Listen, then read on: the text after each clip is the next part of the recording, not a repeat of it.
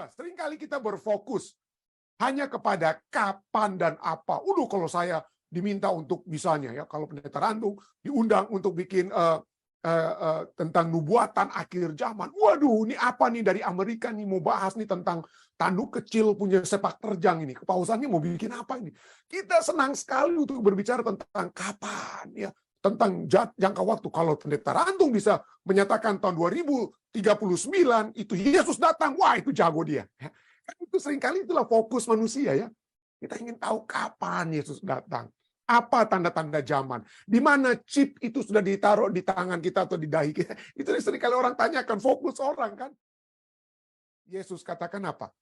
Bersiap. How to prepare, how to be ready. Bagaimana kita bersiap untuk kedatangan yang kedua, itu lebih penting daripada mengetahui kapan kedatangan yang kedua. Tidak ada yang tahu.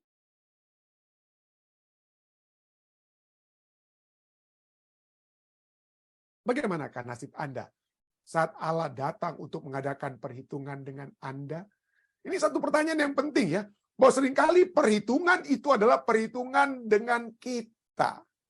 Ya, seringkali kita pada saat kita berbicara tentang menjelang kedatangan Tuhan yang kedua kali, kita pikir Tuhan akan datang untuk mengadakan perhitungan dengan kepausan. Tentu saja. Tentu saja. Kuasa-kuasa yang mencoba untuk menggantikan Tuhan ya. Kita pikir, waduh nanti itu. Makanya sering sekali orang Advent, waduh apa yang ini paus mau buat dan lain sebagainya. Tentu saja kita perlu mengetahui, tapi nggak usah fokus ke situ.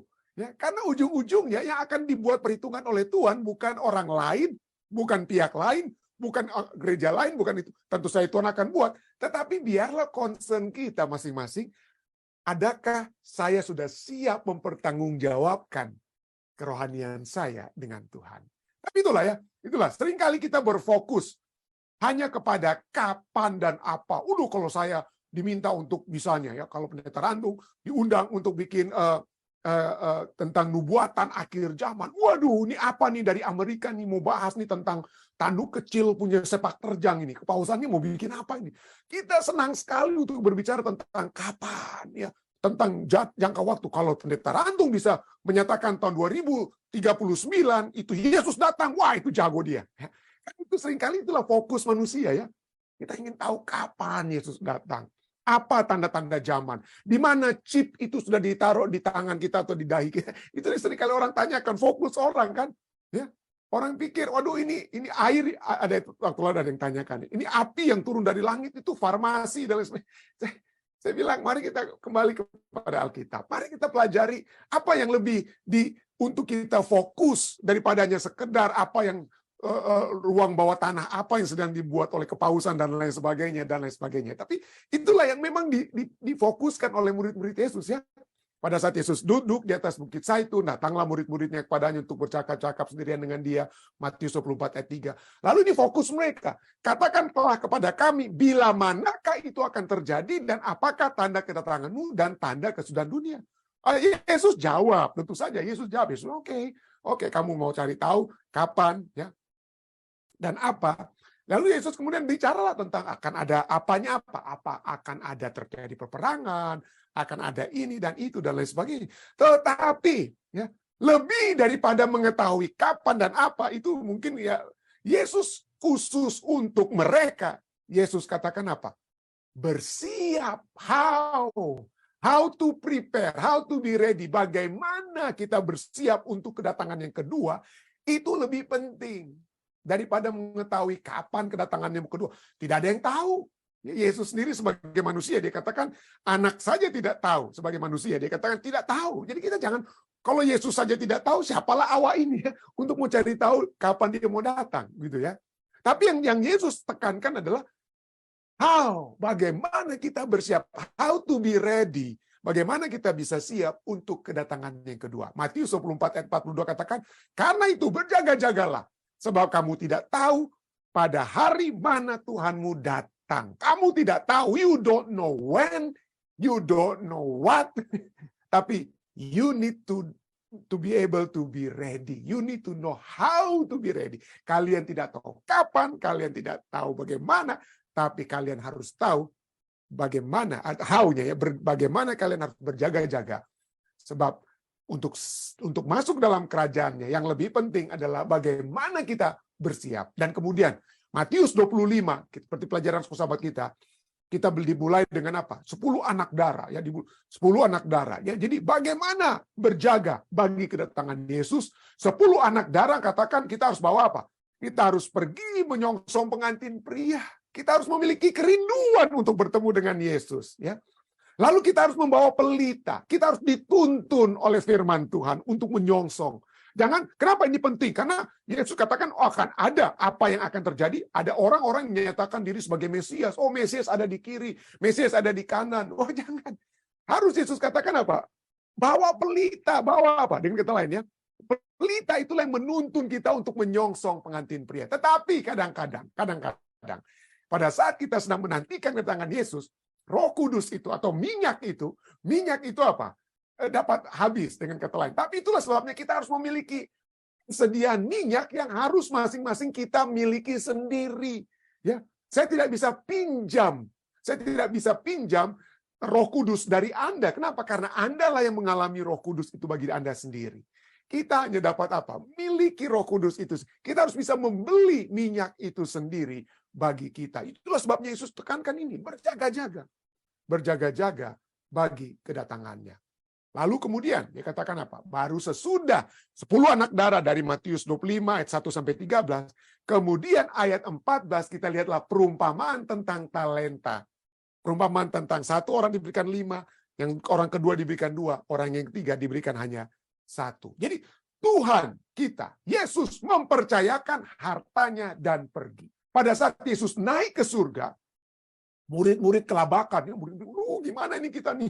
Tuhan kita, dialah yang memberikan mujizat. Kita pernah diberikan kuasa, tapi pada saat kita ingin mengusir setan, kadang-kadang kita gagal. Tapi kalau Yesus itu nggak pernah gagal. Jadi mereka hanya berharap kalau Yesus sajalah yang akan apa? Tidak bisa pergi-pergi supaya mereka bisa terus memperoleh ya kebersamaan dengan Yesus supaya kekuasaan Yesus dapat selalu menjadi bagian mereka. Tapi Yesus katakan, oh, kau harus pergi. Tapi Yesus pada saat dia pergi, dia tidak biarkan mereka ya sebagai anak yatim piatu. Itu sebabnya dalam Yohanes 14 sampai 16, bagaimana Yesus berbicara tentang, dia katakan lebih baik aku pergi, supaya kalau aku pergi, seorang penolong yang lain, Roh Kudus, Parakletos, penolong lain akan kuberikan kepadamu. Jangan khawatir ya. Nah, inilah kemudian Yesus kemudian pada saat dikatakan dalam Matius 25 ayat 14 sampai 15 dikatakan apa? Hal kerajaan sorga sama seperti seorang yang mau berpergian ke luar negeri. Yesus yang berangkat pergi ya, kembali ke surga. Yang memanggil hamba-hambanya dan mempercayakan hartanya. Dia percayakan hartanya kepada mereka. Yang seorang diberinya 5 talenta, yang seorang lagi 2, dan seorang lain 1, masing-masing menurut kesanggupannya. Lalu ia berangkat. Ya. Jadi dia tinggalkan yang berharga, lalu kemudian apa? Dia pergi. Ya. Ingat, ini pelajaran ini sehubungan dengan bagaimana cara kita bersiap menunggu kedatangannya. Kapan Yesus akan datang? Kapan Tuhan itu akan datang? Pada saat dia pergi, tidak ada yang tahu. Tidak ada yang tahu. Tetapi sebelum dia pergi, dia memberikan kepada kita. Dia mempercayakan apa? Hartanya. Dia mempercayakan talenta itu seperti kita lihat. Uangnya, dia percayakan uangnya. Ya, kalau kita lihat bagaimana penelitian menunjukkan bagaimana talenta di Alkitab itu adalah timbangan atau yang ditimbang. Itu arti daripada talanton, dari kata talanton menjadi talenta. Ya, jadi talanton menjadi talenta, artinya timbangan atau yang ditimbang. Jadi itu adalah untuk menimbang. Menimbang apa? Jadi 1 talenta itu biasa digunakan untuk menimbang atau timbangan dari 75 pound atau 34 kilogram perak. Atau seringkali kalau Anda baca di Alkitab, 1 talenta itu sama dengan seharga 6.000 denari. Dan 1 denari, saya pernah singgung ini sedikit ya, 1 denari itu adalah 1 hari gaji. Jadi kalau 1 talenta itu adalah kurang lebih sama dengan 6.000 hari gaji. 6.000 itu kalau dibagi dalam tahun, 6.000 hari menjadi kurang lebih 16 tahun gaji. 16 tahun gaji. Dan dia berikan pada saat dia pergi, dia berikan 8 talenta. Dia berikan 8 talenta. Jadi 8 kali 16, ya, 8 kali 16 itu menjadi 128 tahun gaji.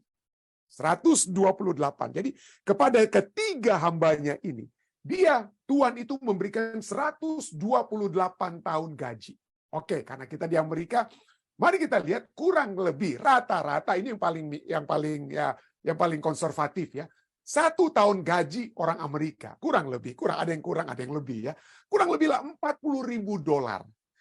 $40.000 1 tahun gaji orang di Amerika. Jadi, kalau 1 tahun itu dikali 128 tahun, maka jumlah uang yang ditinggalkan oleh sang Tuhan kepada hamba-hambanya itu adalah $5.120.000. $5.120.000. Wah, itu $5 juta, lebih dari $5 juta. Nah, hamba yang pertama dia dapat berapa? Hamba yang pertama dia dapat berapa talenta? Dia dapat 5 talenta. Artinya dia mendapat $3.200.000. Kurang lebih kalau dirupiahkan, kalau $1 itu 15.000, hamba yang pertama itu dapat memperoleh uang 48 miliar. Waduh, 48 miliar itu tidak main-main ini, 48 miliar ini ya. Hamba yang kedua mendapatkan 2 talenta atau kurang lebih $1.280.000 atau 19,2 miliar. 19,2 miliar. Nah, hamba yang ketiga, hamba yang cuma dapat 1 talenta, dia memperoleh apa ya? Dia memperoleh kurang lebih $640.000 atau 9,6 miliar. Ini tidak main-main, saudara. Ya, ini jumlah yang tidak apa? Jumlah yang tidak main-main, miliar-miliar, juta-juta dolar, atau paling kecil cuma 640. Jadi coba kita lihat, Tuhan itu rela untuk pergi dan dia memberikan apa? Lebih dari $5 juta. $5 juta lebih dia berikan. Ini menandakan 3 sifat Yesus. Sifat Yesus yang pertama apa? Dia sangat berkemurahan terhadap kita. Dia sangat berkemurahan kepada kita. Ya, siapa yang mau kasih kepada hambanya $5 juta? Hamba-hambanya $5 juta ya. Waduh, kalau kita mau memberikan kepada orang lain $500 saja berat sekali. Apalagi ini Yesus berani memberikan sampai $5 juta ya. $5 juta. Tapi bukan hanya dia itu berkemurahan, dia juga sangat mempercayai kita. Dia memandang saudara dan saya itu dengan iman. Ya.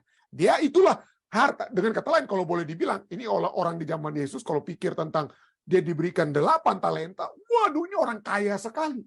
Tetapi itulah orang kaya yang memberikan seluruh kekayaannya kepada para hambanya. Itulah para pendengar di zaman Yesus bilang, waduh ini orang kaya nekat.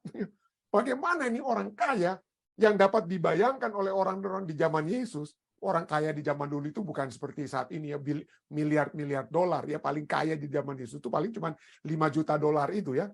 Itulah yang dapat dipikirkan. 8 talenta itu paling terkaya itu di mata orang Yahudi di zaman Yesus.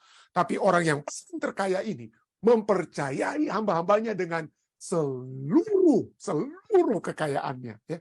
Bagaimana Yesus kita itu sangat apa? Mempercayai kita. Dan bukan itu saja. Poin ketiga, sebagai Allah yang Maha Tahu, dia mengetahui, dia memahami kemampuan unik kita masing-masing.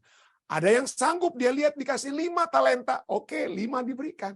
Orang lain cuma dapat 2 talenta dan yang 1 talenta. Kenapa? Supaya kita tidak kelelepan, kita tidak tenggelam dengan apa begitu banyak. Jadi Tuhan mengetahui kebutuhan kita tahu. Dia tahu kebutuhan kita dan kemampuan kita. Dia tahu kemampuan kita seberapa banyak supaya kita tidak langsung apa? Lupa daratan kalau diberikan banyak. Ya, lupa daratan kalau kita diberikan banyak talenta, diberikan banyak uang. Seperti orang baru tiba-tiba dapat lotre. Waduh, akibatnya apa? Yang tidak biasanya lari maraton, tiba-tiba Anda harus berlari dalam maraton yang jauh. Waduh, Anda bisa patah-patah istilahnya ya. Jadi dia memberikan memahami kemampuan unik kita masing-masing dan kepada kita diberikan sesuai dengan kemampuan kita masing-masing. Tapi kemudian talenta tersebut, harta tersebut ya harus diinvestasikan untuk kemuliaan nama Tuhan. Kalau Tuhan memberikan Anda uang sampai 5 juta dolar, ya apa yang dapat kita lakukan untuk Tuhan kita? Jadi bukan untuk diri kita. Ya. Ini uang kita harus terus-menerus merasa memiliki satu keyakinan bahwa ini uang Tuhan saya. Saya akan apa? Jalankan untuk Tuhan saya. Ya, saya jalankan untuk Tuhan saya. Harta untuk diinvestasikan. Ayat 16 sampai 18 Matius 25. Segera pergilah hamba yang menerima 5 talenta itu. Ia menjalankan uang itu lalu beroleh laba 5 talenta. Hamba yang menerima 2 talenta itu pun berbuat demikian juga dan berlaba 2 talenta. Tetapi hamba yang menerima 1 talenta itu pergi dan menggali lubang dalam tanah, lalu menyembunyikan uang tuannya. Uang tuannya tidak dia jalankan. Mungkin dia jalankan dengan kata lain, ini uang tuannya, ini untuk apa? Kalau dia itu untuk tuannya, dia simpan uang tuan. Tapi mungkin dia ada uangnya sendiri, uang gaji sebelumnya, itu yang dia jalankan. Ya. Tapi untuk tuannya dia malas-malas. Mungkin untuk dirinya sendiri, oke. Tapi untuk tuannya dia simpan. Ya. Nah, mungkin Anda pikir, waduh, kita sudah sempat singgung. Ini menjalankan uang untuk mendapatkan laba. Bahasa Inggrisnya lebih bagus ya. Artinya dia he traded the money, he traded the talent. Atau bahasa Inggris lainnya kata, he put his money to work. Dia uang itu diperdagangkan, dipertambahkan, diinvestasikan supaya itu bertambah. Bukan beroleh laba dalam arti dia simpan pinjam. Jadi orang yang dapat uang dari Tuhan kita, jadi wah bisnisnya simpan pinjam. Kita sudah bahas lalu ya saudara. Tuhan tidak menginginkan kita untuk menjadi rentenir atau loan shark ya. Tuhan lintah darat itu dilarang oleh Alkitab. Kita sudah pernah bahas. Jangan orang Advent jadi lintah darat. Nggak boleh kita. Terus terang saja ya. Jangan jadi rentenir atau lintah darat. Keluaran 22-25 katakan, jikalau engkau meminjamkan uang pada salah seorang dari umatku, orang yang miskin di antaramu, maka janganlah engkau berlaku sebagai seorang penagih hutang terhadap dia. Janganlah kamu bebankan bunga uang kepadanya. Kita sudah bahas itu lalu. Saya tidak akan singgung lebih lanjut lagi. Jadi poinnya, harta untuk diinvestasikan, ini uang milik Tuhan ya. Ini uang milik Tuhan, lalu kita hanya jalankan yang milik Tuhan itu ya untuk diinvestasikan. Kenapa? Karena itu akan dipertanggungjawabkan. Matius 25 ayat 19 sampai 20, hamba yang pertama kemudian apa? Pulanglah Tuhan hamba-hamba itu lalu mengadakan perhitungan dengan mereka. Peradakan apa? Mana itu perhitungan ya? Hamba yang menerima 5 talenta itu, hamba pertama menerima 5 talenta, membawa laba 5 talenta, katanya, Tuhan, 5 talenta Tuhan percayakan kepadaku. Lihat, aku telah beroleh laba 5 talenta. Laba 5 talenta. Lalu dipujilah sang Tuhan. Pujiannya sama. Ya, apa pujiannya? Maka kata Tuhan itu kepadanya, baik sekali perbuatanmu itu. Hai hambaku yang apa? Kita coba tekankan ini dalam pikiran kita. Apa yang disebutkan? Apa karakter daripada hamba ini? Baik dan setia. Baik dan setia. Engkau telah setia dalam perkara yang kecil, aku akan memberikan kepadamu tanggung jawab dalam perkara yang besar. Masuklah dan turutlah dalam kebahagiaan Tuhanmu. Laporan hamba yang kedua sama. Dia menerima 2 talenta. 2 talenta itu dia beroleh laba apa? 2 talenta, lalu pujian yang sama dengan kata-kata yang sama diberikan. Ya. Baik dan setia, sama-sama baik dan setia. Masuk, kamu diberikan dalam perkara yang kecil, aku akan memberikan kepadamu tanggung jawab dalam perkara yang besar. Masuklah dan turutlah dalam kebahagiaan Tuhanmu. Jadi ini semua ya. Lalu, jadi semuanya diberikan apa? Diberikan kata-kata yang sama. Itu pujian ya. Pujiannya apa? Baik dan setia. Itu pujian yang pertama ya. Pujian sang Tuhan, kalian adalah baik. Kenapa? Karena ini pada saat dipuji ini menyatakan, tadi kita sudah lihat aspek daripada sang Tuhan. Tuhan yang murah hati, Tuhan yang sangat mempercayai, Tuhan yang memahami keunikan masing-masing dari hamba-hambanya. Tetapi saat ini, pada saat kita lihat pujian sang Tuhan, kita melihat ada 2 karakter, dua aspek pujian yang sekarang terdapat atau dari sang hamba atau 2 hamba yang pertama. Apa itu? Pertama adalah baik, dikatakan kamu adalah hambaku yang baik. Itu menunjukkan karakter mereka. Sifatnya baik. Good. Di bahasa Inggrisnya good ya. Artinya orang yang baik, karena dia memiliki kejujuran dari dalam hati. Dia tidak lari dengan uang yang apa? Uang yang dipercayakan ya. Hamba yang kedua itu kan sudah dapat apa? $3 juta. Ya. $3 juta, saudara, lebih. Kalau saya dapat boro-boro $3 juta ya, mungkin kalau dapat $500.000 saja, mungkin banyak di antara kita yang lari dengan uang tersebut ya. Tapi dia tidak lari, dia tidak lari dengan uang yang dipercayakan ya. Dia tetap mempertanggungjawabkan uang sang Tuhan. Lalu kemudian dikatakan juga dia bukan hanya baik, tapi dia juga setia. Nah, kata setia ini menunjukkan bukan hanya karakter, tetapi hubungan percaya. Hubungan percaya.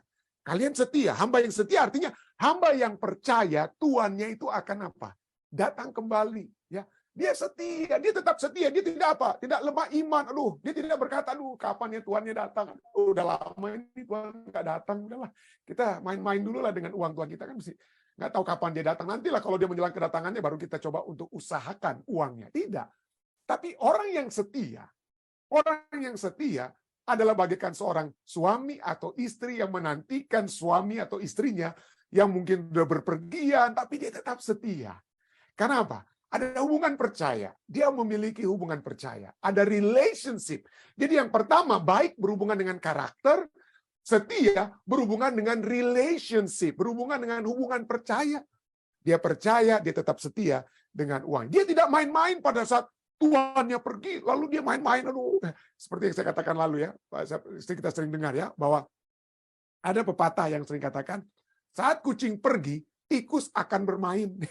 Saat kucing pergi, tikus akan bermain. Ya.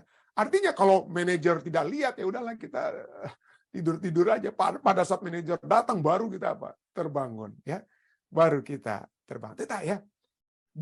Dia kedua hamba ini tidak ambil kesempatan dalam kesempitan. Kenapa? Kenapa dia memiliki karakter yang baik, ya, karakter yang teguh? Karena dia memiliki hubungan. Ya, tuannya itu bukan tuan yang jahat bagi dia. Bagi kedua hamba ini, Tuhan itu Tuhan yang sangat baik, Tuhan yang sangat apa? Berkemurahan, Tuhan yang sangat mempercayai, Tuhan yang sangat mengasihi. Itulah sebabnya dia bekerja dengan suka hati. Kedua hamba yang pertama ya. Dan hal yang lebih besar kemudian diberikan apa? Hal yang lebih besar diberikan kepada mereka. Kata tuannya, baik sekali perbuatanmu itu, hai hambaku yang baik dan setia. Engkau telah setia memikul tanggung jawab yang besar, tanggung jawab dalam perkara yang kecil. Aku akan memberikan kepadamu tanggung jawab dalam perkara yang besar. Masuklah dan turutlah dalam kebahagiaan Tuhan. Jadi pada saat hamba-hamba yang setia dan baik ini, hamba-hamba yang memiliki hubungan kasih, hubungan percaya dengan Sang Tuhan, dia berbahagia walaupun setelah dia bekerja keras ya, dia bekerja keras untuk apa? Dia bekerja keras untuk mengusahakan uang Sang Tuhan, tapi dia nggak apa? Dia nggak berhitung-hitungan dengan apa? Loh, saya sudah dia nggak bikin begini. Loh, saya baru kerja keras ini. Kenapa saya diberikan tanggung jawab yang lebih besar? Berikan dong saya waktu untuk berlibur. Saya sudah mulai, loh bukannya Tuhan saya baru datang, saya sudah memberikan 5 talenta kepada Tuhan saya. Kok gantinya saya diberikan liburan, kenapa saya harus diberikan lagi tanggung jawab dalam perkara yang besar? Ya itulah ya, kalau kita mengasihi Tuhan kita, saat kita menantikan Yesus, kita mengasihi Tuhan kita mengetahui karakter Tuhan kita sebagai Allah yang berkemurahan, Allah yang kasih, Allah yang mempercayai kita, Allah yang mengetahui, memahami kebutuhan unik kita mengasihi, memiliki hubungan percaya dengan Allah kita.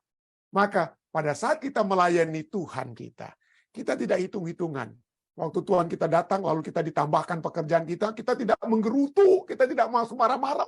Baru habis kerja keras kok diberikan pekerjaan yang tanggung jawab yang lebih besar. Hati-hati, seringkali kita mengeluh dalam melayani Tuhan. Aduh, baru minggu lalu bikin ini, kok minggu ini mau bikin lagi. Aduh, kapan berhentinya ini untuk Tuhan pekerjaan kita? Hati-hati ya. Kita harus melihat pelayanan kita kepada Tuhan dalam konteks pelayanan kasih kita kepada Tuhan ya. Jadi dalam satu hubungan kasih dengan Tuhan, hamba yang baik dan setia lebih bersedia untuk melakukan segala sesuatu bagi Sang Tuhan. Kalau Anda mengasihi kekasih Anda, suami atau istri Anda, kekasih pacar Anda, kalau dia minta untuk Anda datang ke rumah dia, walaupun hujan, walau kita mengasihi, datang kita. Ya. Lalu sesudah hujan-hujanan kita, bawa payung, lalu kita diminta lagi untuk pergi ke rumah makan dalam keadaan hujan-hujan. Kalau ada hubungan kasih, kita tidak akan bilang, lu setengah mati, baru datang hujan-hujan, kok langsung mau pergi lagi ke restoran. Kita nggak mengeluh, saudara. Kenapa?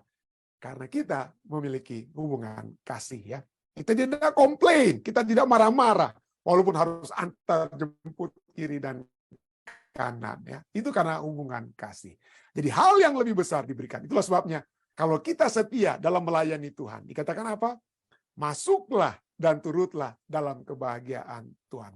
Hubungan kasih akan menyebabkan apa? Hasil dari hubungan kasih, kita akan masuk dan turut dalam kebahagiaan Sang Tuhan. Pertanyaannya, dalam konteks pelajaran kita, Matius 24:25, masuk kemana dan bahagia di mana? Ini ingat, ini murid-murid sedang bertanya tentang apa? Tentang kerajaan, kedatangan Tuhan kali yang kedua, ya. Jadi ini sedang berbicara tentang masuk dalam kerajaan surga, ya. Jadi kalau kita sudah menjadi hamba yang baik dan setia, hamba yang rela untuk selalu melayani Tuhan, maka kita akan masuk dalam kerajaan surga untuk lebih melayani Tuhan. Dengan kata lain, ini poin penting, saudara. Kenapa, ya? Kalau kita, ya, dengan kata lain, kita harus memiliki hubungan kasih dan pelayanan di bumi agar dapat melanjutkannya dengan lebih besar di surga. Artinya, kalau kita dalam dunia, kita ini hitung-hitungan, pikir-pikir untuk melayani Tuhan. Merasa berat untuk melayani Tuhan. Ya, itu nantilah pendeta aja lah dengan ketua-ketua, ya. Kalau kita merasa berat untuk melayani Tuhan, bagaimana Tuhan mau memasukkan kita ke dalam kerajaannya? Karena di dalam dunia saja kita tidak mau melayani Dia. Itulah sebabnya kita harus memiliki hubungan kasih, hubungan untuk dan pelayanan di bumi agar dapat melanjutkannya di surga. Melayani Tuhan dengan apa? Sukacita. Yesus saja, Anda tahu pada saat Dia disalibkan, ya, ada khotbah saya juga. Ini juga sebenarnya pembahasan saya malam ini juga pernah menjadi khotbah saya waktu lalu, ya. Tapi satu hal yang menyebabkan Yesus, khotbah saya sahabat lalu bagus, ada satu kutipan, bagus sekali kutipan dari Ellen White yang katakan bahwa Yesus tidak tahu karena sebab serangan-serangan setan yang begitu hebat saat Yesus berada di kayu salib, Dia tidak dapat melihat untuk saat itu dalam kemanusiaannya, Yesus tidak bisa melihat di balik pintu kuburannya. Dia tidak bisa melihat karena begitu hebat serangan setan dan perasaannya yang harus terpisah dengan Bapa, sehingga dia tidak bisa melihat. Tetapi kenapa dia tetap berkata, it is finished? Kenapa dia tidak apa? Dia tidak menyerah. Kenapa dia terus-menerus harus apa? Rela untuk mati. Nah, jawabannya, karena dalam Ibrani 12 ayat 2, dia rela mati walaupun dia tidak tahu apa yang akan terjadi dengan dirinya di balik kuburan. Walaupun sebelumnya seringkali dia katakan kepada murid-muridnya, aku akan bangkit di hari ketiga, di hari ketiga. Tetapi sebagai manusia, waktu dia diserang setan di atas apa? Di atas salib, dia tidak dapat melihat di balik kuburannya. Itu yang ditulis dari Kerinduan Segala Zaman, ya. Tetapi dia tetap rela untuk mati. Kenapa? Karena dia mungkin tidak dapat melihat dirinya di balik kuburan, tetapi dia dapat melihat saudara dan saya diselamatkan pada saat dia mati di kayu salib. Itulah sebabnya Ibrani 12 ayat 2 katakan apa, ya? Mari kita lihat, bahasa Inggrisnya lebih bagus, lebih teratur kata-katanya, tapi marilah kita melakukannya, ya. Marilah kita melakukannya dengan mata yang tertuju pada Yesus yang memimpin kita dalam iman dan yang membawa iman kita kepada kesempurnaan, yang dengan sukacita, yang dengan mengabaikan kehinaan, tekun memikul salib, ganti sukacita yang disediakan bagi Dia yang sekarang duduk di sebelah kanan takhta Allah. Artinya, walaupun Yesus sedang menderita di atas kayu salib, tetapi Dia memiliki sukacita karena ada apa? Karena ada apa? Ada umat manusia akan diselamatkan pada saat Dia mati di kayu salib. Ya. Jadi itulah, dalam keadaan menderita, Dia tetap mau melayani. Yesus mau melayani. Dalam keadaan menderita. Seringkali kita pikir, nantilah pendeta kalau saya sudah tidak menderita dalam hidup saya, ya saya sudah tenang, perasaan saya sudah diobati, ya. Ini masih ada pendeta-pendeta ini ada yang masih menyakiti hati saya. Jadi tunggulah saya melayani Tuhan kalau terluka saya ini sudah diobati, ya. Kalau saya sudah diangkat kembali, barulah saya akan melayani. Nah, itu seringkali. Coba kita lihat Yesus, dia melayani tanpa tendeng aling. Ya. Itu yang dilakukan. Itulah yang dilakukan oleh hamba yang pertama, hamba yang kedua. Walaupun setelah mereka bekerja, mereka harus dilipat gandakan ya, dalam kerajaan surga. Tapi karena mereka sudah terbiasa melayani ya dengan 5 talenta. Kalaupun diberikan 10 talenta kemudian, mereka tidak ada masalah. Kenapa? Karena mereka memiliki karakter yang kuat dan hubungan yang kuat. Ya, hubungan yang kuat, hubungan kasih dengan Tuhan. Tapi bagaimana dengan hamba yang ketiga? Waduh, hamba yang ketiga dia datang. Ya, datanglah juga hamba yang menerima 1 talenta. Matius 25 itu 24 25 ya. Lalu apa yang dikatakan? Ini dia katakan. Ini penting sekali. Ini tidak dikatakan oleh hamba yang pertama dan hamba yang kedua, tapi hamba yang justru tidak tahu tentang tuannya, justru dia berlagak tahu. Dia berlagak tahu. Hamba yang pertama, kedua tidak bilang aku tahu atau tidak. Tapi hamba yang tidak tahu tentang tuannya, justru mereka yang ngomongnya lebih banyak, lebih berlagak tahu. Dia katakan apa? Datanglah hamba yang menerima 1 talenta itu dan berkata, Tuhan, aku tahu bahwa engkau adalah manusia yang kejam, yang menuai di tempat di mana Tuhan tidak menabur, yang memungut dari tempat di mana Tuhan tidak menanam. Aku tahu. Waduh, hebat sekali dia. Karena itu, aku takut dan pergi menyembunyikan talenta Tuhan di dalam tanah. Inilah, terimalah kepunyaan Tuhan. Lalu kemudian dia ditegur ya. Maka jawab tuannya itu, hai kamu hamba yang jahat. Yang lain dikatakan baik, tapi kamu jahat, karaktermu jahat. Dan kamu apa? Relationship-mu, kalau yang lain itu apa ya? Kamu setia, tapi kamu tidak setia, kamu malas. Hai hamba yang jahat dan malas. Jadi kamu sudah tahu bahwa aku menuai di tempat di mana aku tidak menabur dan memungut di tempat di mana aku tidak menanam. Kamu tahu itu, kamu tahu. Dia katakan, karena itu, oke, karena kamu pikir kamu tahu.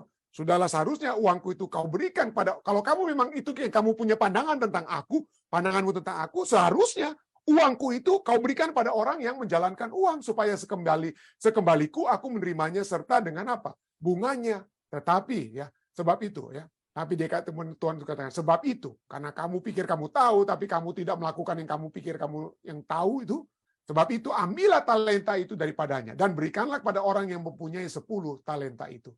Karena setiap orang yang mempunyai kepadanya akan diberi sehingga ia berkelimpahan. Tetapi siapa yang tidak mempunyai atau tidak menggunakan, apapun yang ada padanya akan diambil daripadanya. Dan ayat 30, campakkanlah hamba yang tidak berguna itu ke dalam kegelapan yang paling gelap.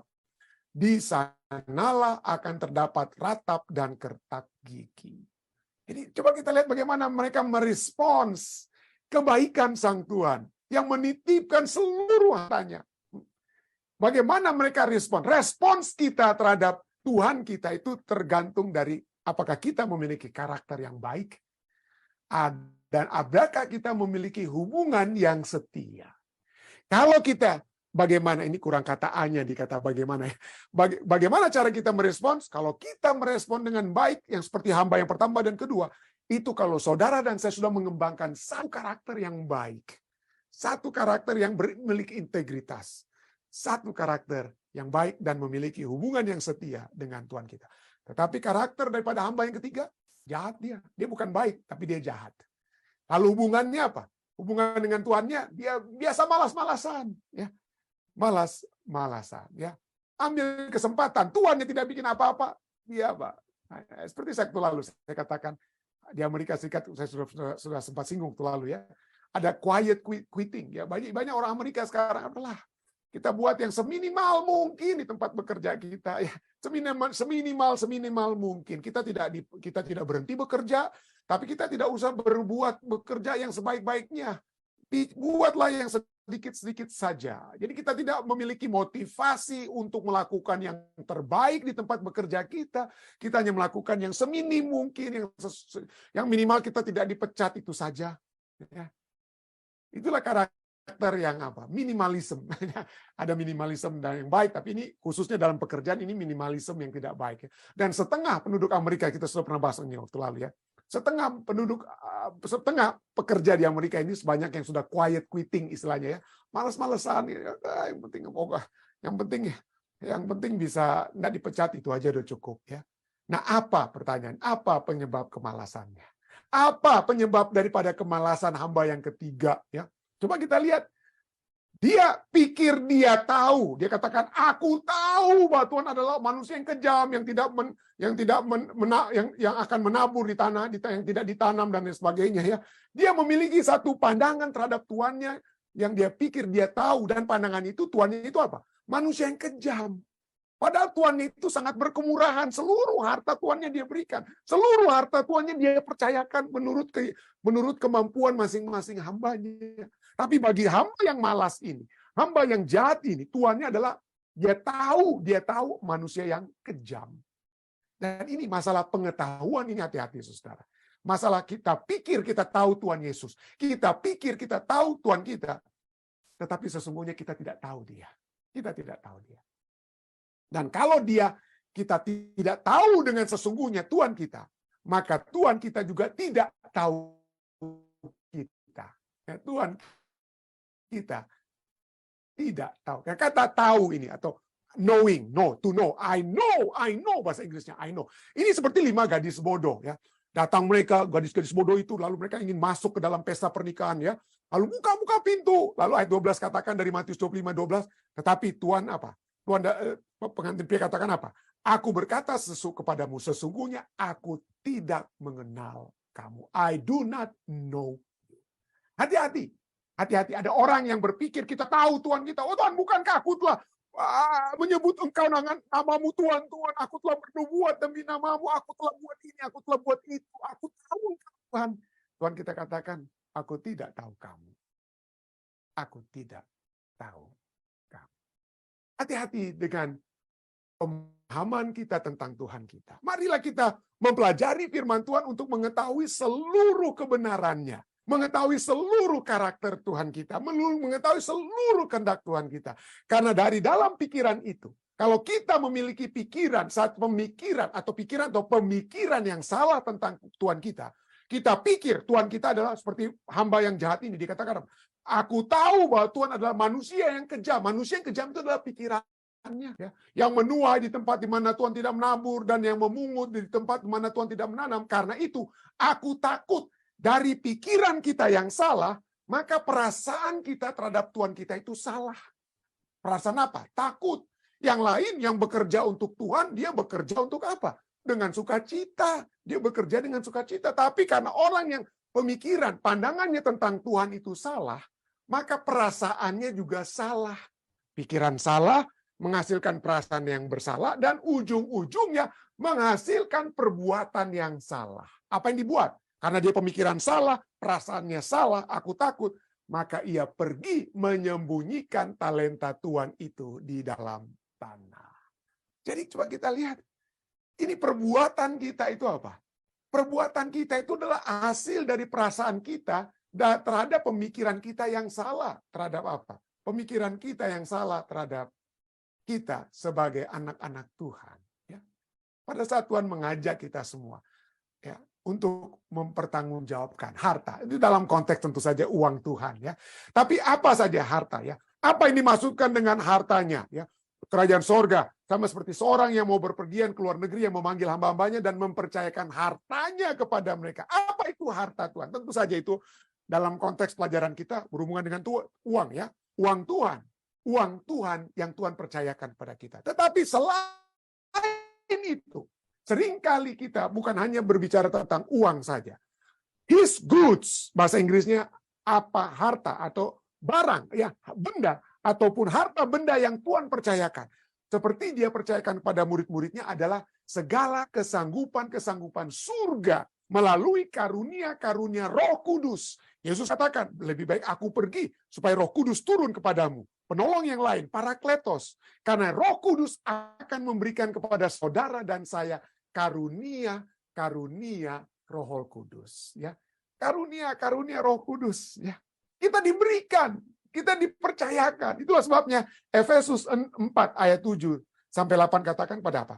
Kepada kita masing-masing telah dianugerahkan kasih karunia menurut ukuran pemberian Kristus. Tuhan tahu yang Anda ada yang dapat 5 karunia rohani, ada yang dapat 2, ada yang dapat 1, tapi semua kita memiliki karunia rohani karena kasih Tuhan kita kepada kita. Itulah, kemudian ayat 8, Efesus 4 ayat 8 kemudian katakan, itulah sebabnya kata Nas, tak kala ia naik ke tempat tinggi, ia membawa tawanan-tawanan, ia memberikan pemberian-pemberian kepada manusia. Tuhan memberikan kepada kita karunia-karunia rohani. Dia percayakan karunia rohani. Murid-murid juga dapat kemudian melakukan seperti yang Yesus lakukan. Kenapa? Karena pada saat Roh Kudus turun kepada mereka, mereka dapat seperti Yesus membangkitkan orang mati, menyembuhkan orang sakit, ya, menyembuhkan orang sakit. Dan begitu banyak karunia-karunia rohani yang Tuhan sudah berikan kepada umat manusia. Mereka dapat berkhotbah, berbicara, ya. Itulah kenapa? Karena itu yang Tuhan berikan. Kita sudah baca tadi Efesus 4 ya. Dia diberikan pemberian-pemberian kepada manusia. Efesus 4 ayat 7 sampai 8. Ayat 11 misalnya ayat 11 memberitahukan tentang karunia tersebut. Dan ialah Yesuslah yang memberikan, yang gave, baik rasul-rasul, ada yang jadi nabi-nabi, baik pemberita Injil maupun gembala-gembala dan pengajar-pengajar dan seterusnya. Masing-masing kita memiliki karunia rohani. Anda bisa baca karunia rohani tersebut. Roma 12, 1 Korintus 12, Efesus 4, 1 Petrus 4. Ada begitu banyak. Ya, Anda mungkin tidak bisa berkhotbah. Mungkin Anda pikir seperti, oh saya nggak bisa berkhotbah seperti pendeta Rantung. Tapi mungkin Anda bisa berdoa. Anda bisa memiliki apa? Hospitality. Anda bisa menjamu orang-orang datang kepada Anda. Ada begitu banyak. Begitu banyak karunia-karunia rohani untuk kemuliaan Tuhan yang Tuhan sudah berikan kepada kita. Bagaimana kita akan mempertanggungjawabkan ini semua? Kita akan mempertanggungjawabkan seperti pada saat Yesus datang. Kita hanya dapat mengembangkan semua karunia rohani ini apabila kita memiliki pemikiran yang benar tentang siapa Yesus kita. Ya. Allah yang kasih adanya. Allah yang berkemurahan. Allah yang tidak biarkan kita sendirian tanpa kekuatan, tapi Allah yang memberikan kasih karunia-Nya kepada kita, memberikan karunia rohani kepada kita. Dan kalau kita juga memiliki satu hubungan yang erat dengan Tuhan kita, maka kita tidak akan pikir-pikir, aduh lagi-lagi untuk pelayanan Tuhan, bosan ini mau melayani Tuhan. Jangan pernah menjadi seperti hamba yang jahat dan malas, ya, yang oleh sebab pemikirannya dan perasaan yang salah menyebabkan tindakannya yang salah. Tuhan ingin supaya kita memiliki satu hubungan yang erat dengan Dia, satu pemahaman yang benar tentang Dia, sehingga kita dapat mempertanggungjawabkan pemberian-pemberian yang Dia berikan pada kita, sehingga pada saat Dia datang di kali yang kedua, Dia katakan kepada saudara dan saya, masuklah, dan nikmatilah kegembiraan yang aku sudah sediakan bagimu. Saya bawa ini dalam nama Yesus.